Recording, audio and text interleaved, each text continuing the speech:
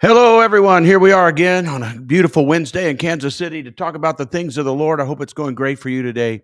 Uh, and thank you for taking the time out to join us. We've been waiting for our friends to come on, and people that listen all the time live and those that listen later will also get something out of this.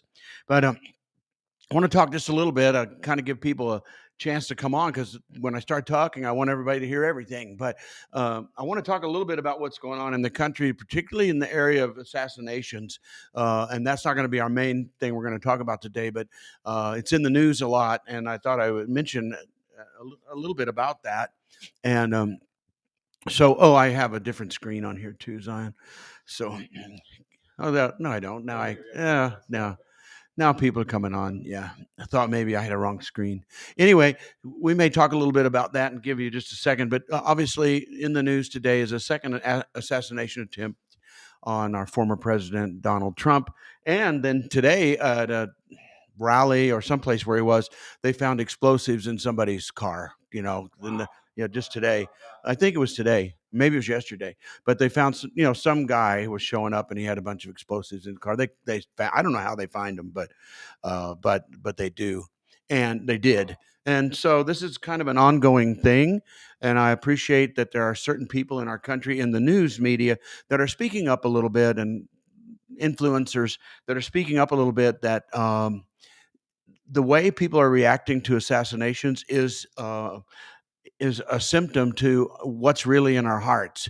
There's something wrong with people when something goes terribly, terribly wrong and a life is threatened. That some people are glad or whatever.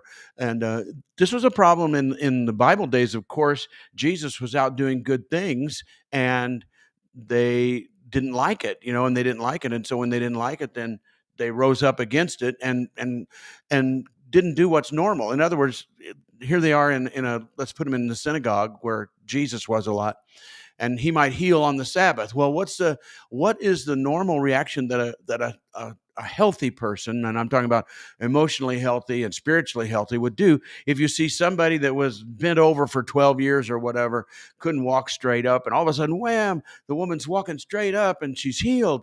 What's a healthy spiritual and emotional reaction? And that is to be happy, to be joyous, to be thankful that, wow, this is wonderful. The woman has been helped. But instead, they would turn against him and want to persecute him and run him out of town or whatever. And that's not normal. There's something terribly, terribly sick when something goes terribly right and people are angry, or something goes terribly wrong and they're glad. And that's sick. So it's showing how sick our country is. America is sick when assassination attempts are happening and being threatened, and we know it's happening. And there's certain people that like it, and they're glad, and they wish it had succeeded. And imagine the torment that the Trump family goes through every single day. And imagine yourself if you would be willing to get up again and again and again as he does. And as he does and continues to do speeches. So, in this talk right now, we're not talking about politics, are we? We're not talking about Republican or Democrat or parties or anything they believe or whatever. It's just there's something abnormal about people when a person is being threatened to be killed now every day. It's copycats and all that kind of stuff, and certain people are glad. They're glad. And so this is the real sickness of our country. The real sickness is what we see in these symptoms as opposed to just the actions. But what's going off on the people who don't aim a rifle at somebody? What's going off in them when they hear about it? And if they're glad, then they're just as sick as the person who aimed the rifle, because there's something wrong. It's a heart problem.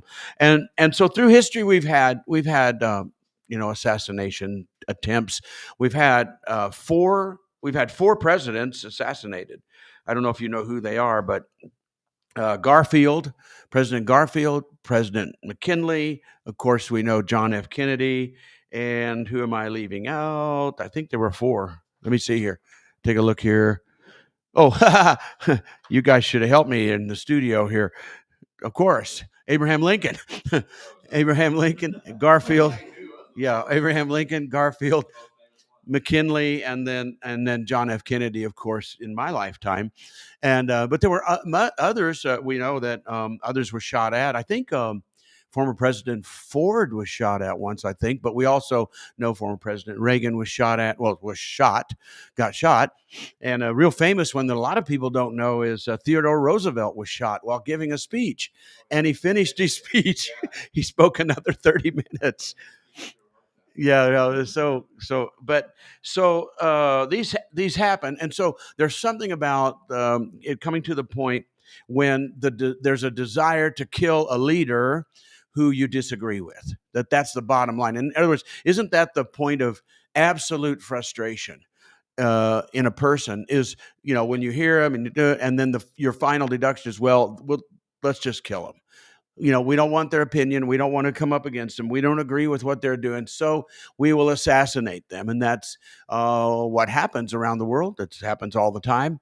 And it's happened in our own country. And now these attempts are going on. Now, what I want to say, though, is the desire to take out anybody, but take out the opposing person, is not a political thing. What we see today with any kind of assassination attempt in our country, it's not political. It feels political, and people make it political, but it's not. And here's the problem that I'm personally up against, and if you're with me on this, you are too.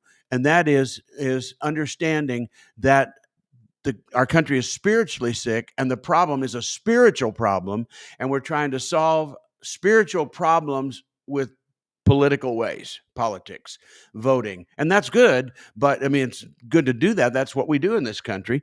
But then you can tell it gets down to the bottom line. All of a sudden, wait a minute, laws don't do it. Elections don't do it for you. Laws don't do it. Politics doesn't do it. Having a Supreme Court doesn't do it. Whatever, having police doesn't do it. The only thing you believe, talking about whoever I'm talking about, a person believes is the only way I can solve this problem is to kill him, is to assassinate the person, is actually kill the person that is in the way of whatever. And that is a spiritual problem. And so when you see the uptick of this and assassination attempts, whether it be here or anyplace else, understand we're not talking now politics. We're way, way out of politics. We're talking spiritual sickness and a spiritual thing that people want to assassinate. And I can show you how this works easily in the Bible, because in Luke chapter 4, Jesus, it's where he gets up and talks about the Spirit of the Lord is upon me and all these things and he's going to do. And then he sits down and said, today, this has been fulfilled in your ears, and they're all happy. And then he gets up and mentions non-Jewish people who God helped in times of trouble, and they were non-Jews. And he says God didn't try to reach out to the Jews. He reached out to two non-Jews. Oh, it infuriated him. And so they chased him out of the synagogue to a hill, and they were going to throw him off a cliff. That's how fast it turned. And sometimes I tell people, if you want to be in the ministry, get set. That's how fast it can turn. 1 minute they're applauding you, the next minute they want to throw you off a hill over a cliff. But anyway, he walked right through him. He got out of it. It certainly wasn't time for that. But that was their reaction. Let's just kill him. Let's get rid of him. We don't like what he's saying. And so it's a spiritual thing. And we see that then, of course, it carried through all the way through Jesus' ministry, and particularly then when he goes into the temple and we call it clears the temple, cleans the temple, whatever. I wrote in my book, When the Kingdom Comes, that it sounds like today's version of that is Jesus went in with a bottle of Windex and just sprayed it down good, cleanse the temple, Mr. Clean. But that's not what he did at all. I mean, he physically went in. Book of John says he actually made a whip to swing around and make his point. He knocked things over. He physically turned tables over and stood in the way of them doing what they were doing. And that increased what? They began to really meet together and plot. There's a difference between saying, I wish he were dead, and saying, let's figure out how to kill him. And they began at that point to plot how to crucify, kill. What would we say today? To assassinate. They got together. Jesus is in the way. Let's assassinate him. Now, in their way, they had Rome, who could do it for them, who had laws. So all they had to do was get Rome to agree that he's a threat to the Roman Empire, and he's going to cause riots. And he preaches against, he teaches against Caesar, and which is they did. That's how they did it. But it was an assassination in their day. It was spiritual, and they got so frustrated and so upset. They figured there's only one thing we can do, and that is kill a person rather than learn to work with them, learn to understand what they're saying, learn to give a little and live to take a little, work together, because Jesus would have certainly worked together with them. Yeah, I mean that's what he was trying to do the whole time. Explain what he's doing, explain, teach, explain. But they would have nothing to do with it. And so the bottom line is the evil spirits take over then, and Satan is a liar, but he's also a murderer, and evil spirits take over. And then the bottom line is, well, there's only one thing left to do, and that's kill him, assassinate him. Now we go on, and history tells us too that happened to all of the apostles, the main 12, except most people believe that John, who was exiled to the island of Patmos, lived to be an old guy and died old age, but who knows? But the others, there could be myths, there could be some speculation, but generally speaking, it's been taught over centuries that the main 11, at least, or let's see, so Judas, he killed himself. If John then died of old age, so I guess that'd be 10 of the main ones that we know of in the early days. They were all killed terribly, filleted with knives, skinned alive, burned at the stake, crucified. As they say, Peter was crucified upside down because he didn't want to be dishonor and be crucified in the same way as Jesus. I don't. Some people believe that, some don't, but it doesn't matter. Chances are he was crucified. So put that all together, and the same thing, the whole movement of Christianity has been filled with assassinations or killings or murders. Just murder the people and get them out of the way. And so now we see this spill over, and our country has gone that low where we didn't learn our lessons from Martin Luther King. We didn't, John F. Kennedy, Robert F. Kennedy, there's others through history. But, did we not learn our lesson that it didn't change anything? Somebody else will pick up the flag and go. Somebody else will be raised up. If you, and particularly in Christianity, then we know this, and this applies to all you listening now, that if one of us falls, if one of us is taken, if one of us passes away, if one has passes on to heaven, there's always going to be somebody else to pick up the flag of freedom of Jesus Christ and the gospel of the kingdom, and it's going to go on. You can't stop it by assassinating even the Savior. You can't even stop this when you assassinate the leader of the movement, which they did of Jesus and murdered him, had him crucified, and what happened? The gospel increased. It increased, and people scattered, and through the years, and persecution broke out, and they scattered. What it only put evangelists everywhere where they're talking about Jesus. And so now we have Jesus still, I love to say it, the most famous person that ever lived, and he's still the most famous person on the face of the earth. Everybody everywhere, almost everywhere knows that name and knows a little bit about him. He has been heard around the world. And then we have the opposition. So that's what I think about that. Understand it's a spirit. I hate to see it. We need to pray for our country and pray for all the candidates, because they're all getting Secret Service, and get them so that they're safe. But more than that, who and when is the country going to wake up and say, you know what? We need more than a political revival. We need more than a conservative revival. We need more than a woke revival. We need a spiritual revival where the hearts of the people are changed and we can begin to work together. We talk differently to each other. We're able to work with people we disagree with and who don't agree with us, but we don't intend to kill them if they don't agree with us. And so that's what needs to get out of our country. We need a spiritual revival here and around the world. So I wanted to say that. Now, Sunday, I talked about storms. And today I mentioned that storms are used by God. God uses storms. And we learned that on Sunday. And I want to talk a little bit about that, because most of us, as I said, most of us are in the realm of, I just want trouble to end. I want to, and when I say storms, in the Bible, I'm seeing people joining here. Let me lead you on a little bit. And if I say your name right, and Darren, and there's Kenda and McLean's are here. And there's Anne Marie just came on, so we're glad that people are coming on. And so, if all you want is trouble to stop, you're going to miss what's going on because uh, in the Bible, God uses real storms on the water, right? Real storms to teach us lessons of Jesus walking. One of the storms, there's a terrible storm. The disciples think they're going to drown. And where's Jesus? He's asleep. Okay. That's a sign of how we deal with him. And hi, Luke. And how we deal with storms. And so he walks on the water, or he silences the storm, or whatever. And most of us, we're like those disciples. When the storm comes and Jesus is asleep in the boat, all they want to do is stop the storm. So they wake him up. He silences the storm. He asks him again, "Where is your faith?"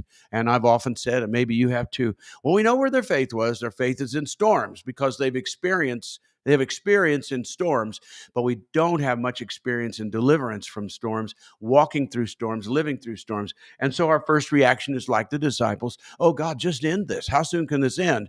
We're in trouble. There's a situation, a circumstance, a situation, whatever. Something happened we didn't expect, a tragedy, a sickness, financial, right, relationship, or whatever." And so we begin then in our minds to just think, okay, what do we do? Let's pray. What are we going to pray? Let's get this thing over with as fast as possible. And so when we do it that way, we realize that that's not always the reaction. When he says, "Where is your faith? Why did you doubt? What were you believing in?" And so we want to, oh, I see. In this storm, God is looking for faith. In my storm, God is looking for inspiration from people who have faith, who don't doubt, who aren't afraid. And then what we talked about on Sunday, who take courage, right? Take courage. And as I said then, fear of in the middle, those guys in the middle of a storm, they had a lot of experience with storms. I'm sure they saw a lot of people drown because they're on the water all the time, and that was their occupation.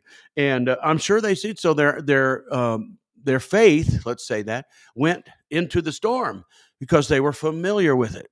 Well, unfortunately, we don't live with people that are familiar with courage. We live among people who everybody's familiar with fear. So fear is real, right? Fear is real, but so is courage. Courage is just as real. Right now, there's just as much courage around you as there's fear you could take. But you just got to decide what to take. And when Jesus was in the boat, he was in the storms, or he's walking on the water, whatever. He's wanting them to realize: do you understand where you are in history right now? Do you understand what's happening? And the goal would not be to get 12 disciples and put them in a boat, and then we have a funeral for all of them because they all drowned. Poor boys. They followed Jesus, but they all drowned. And that's what that's what they said. We're going to perish. We're going to drown. And he's going like, "What are you thinking? Don't you understand what we're building here, what we're doing?" And so where's your faith that you are a part of something that is going to keep going, and that you're going to start and keep going? But they didn't have it. So what would be the difference then if these fishermen who were on the lake and experienced lots of scary storms, I'm sure, but what would happen if they had grown up around courage? People of courage that taught them courage, that lived courage, and what would you be like if you lived around courage all the time and you very seldom ever experienced people of fear? I mean, what's one of the number one things the Bible teaches? Fear not. When an angel appears, first thing out of their mouth, fear not. But here we're a people of fear. And so now we're accustomed to fear. We understand fear. And so when we get in certain storms or situations, fear is the most common ground to us because we have so much experience with it. So just try to think. You can change that, though. You can change in your family. You can change in your home. You can change in yourself, of course. And hopefully you could change it in your church. That when certain things happen in the world, in the church, in our lives, with our kids, with our job, whatever, our first reaction is courage. Family, let's be courageous. Take courage. Take courage. We're not alone. We're part of a picture here. We're part of a story that's being written. And we need to get God's power and presence out of this storm rather than use the power and presence of God to just silence the storm. Because when we come away from a silent storm, we still come away with fear. We're just, fearful that it'll happen again, right? Oh, God took it away and it's silent. Okay, we're in the boat. The winds have died down. Whew, good, good. And then the next time they get in the boat and the winds, what are they going to do? They're going to want God to silence the storm. Oh, God, just take the storm, just silence the storm. That's all we need. But you still live. Are you understanding what I'm saying? But you still live on the level of fear. It's just you're going to be okay until another storm hits, right? And so what we want to do is when storms come, trouble comes, tragedy comes, whatever happens, that we want to pull out of it something else. Take courage. Let's pull out the presence and power of God. Yes, but let's pull it out so we walk a different way, that we walk through storms or we silence them ourselves. Where's your faith? Why were you so afraid? Why didn't you just get up? Why did you wake up Jesus? Why didn't you just get up in the front of the boat and tell the storm to silence itself? You could have done it yourself. If you understood the power and you understood the presence, you can silence the storm yourself. And in life, whether it's an actual storm, which we're not really talking about, we're talking about life storms. It may take a few times. It may take more than once. It may take a while. It may take years. But you're a different person living in courage than you are living in fear.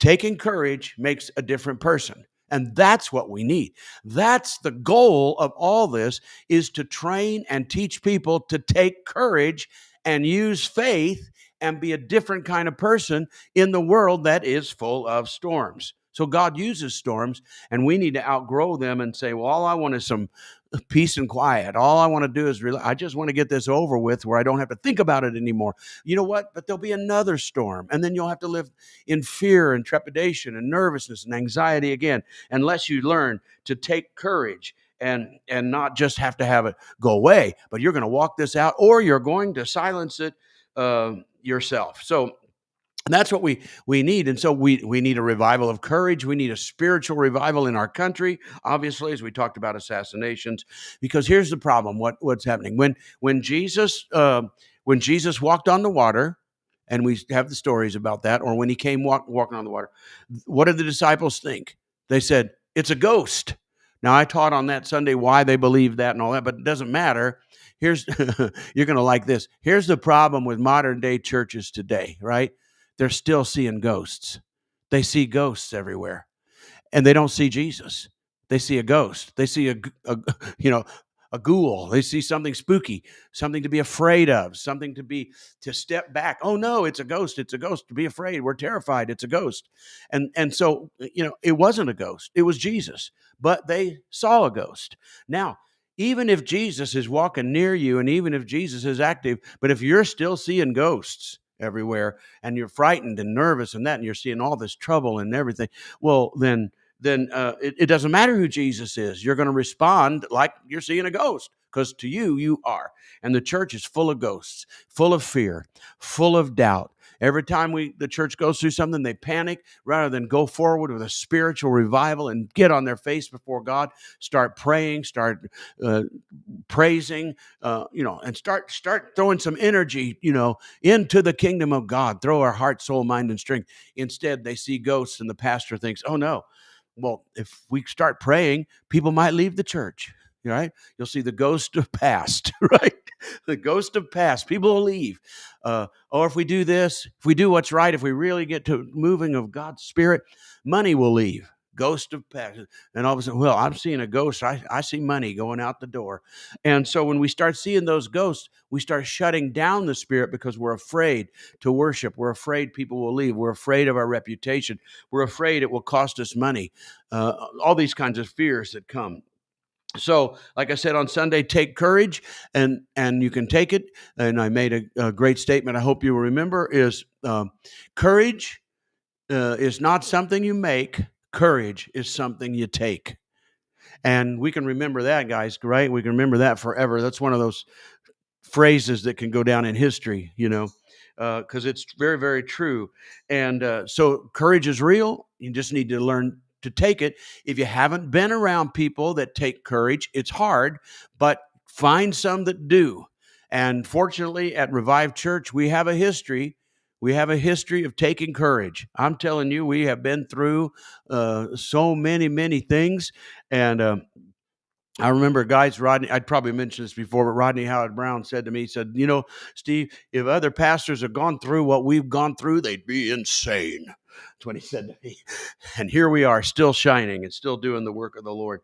So, lastly, it takes courage to let truth come into your life, because what you want to do then, take the courage to learn the truth about what's going on in the world, learn the truth in politics, yes, but the best is to learn the truth about yourself and have the courage to see who you really are, what's really dominating you, and why you do what you do, and you're not ignorant. You know what you're doing. I often hear, somebody say, well, they hurt my feelings. And so we'll say you're sorry that you hurt their feelings. But people know they're hurting people's feelings. People know when they're insulting. People know when they're out of sorts. People know when they're in rebellion. People know when they're pouting, right? They know. And so why do they not take the truth? This is who I am. I'm a pouter. I'm a doubter, right? I'm hard to get along with, whatever it is.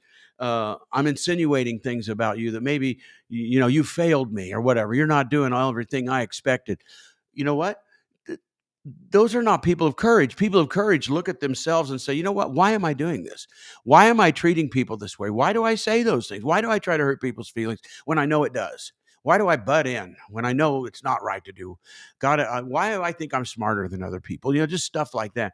It takes courage to then look at the truth of your circumstances, look at the truth of your life, and look at the truth of who you are, and then let yourself be transformed by the renewing of your mind and become that person who walks in the room with courage and becomes an example, not of fear and not of doubt, but I want to be an example of one that takes courage. And by courage, I change the world. Huh? You get something out of that today? I hope you did. Good to be with you. Be sure and tell your friends and tell people and like and subscribe and all that kind of stuff so that we can move this. We're starting to expand. We're talking about even expanding our set here and more cameras and lots of great things that are going to grow this even bigger, especially as the new book is going to come out, guys. We're going to want to be able to expand this. And they could go to More Faith, More Life and check out all the podcasts and see everything that's there. And of course, the book, if you only knew, is still free if you just want to download it. And then the new book, Mighty Like Gideon, will be more and more talked about in the months to come as we head towards the first of the year when it'll be in all the bookstores. So great stuff going on that's going to help promote, and we're going to continue to talk revival.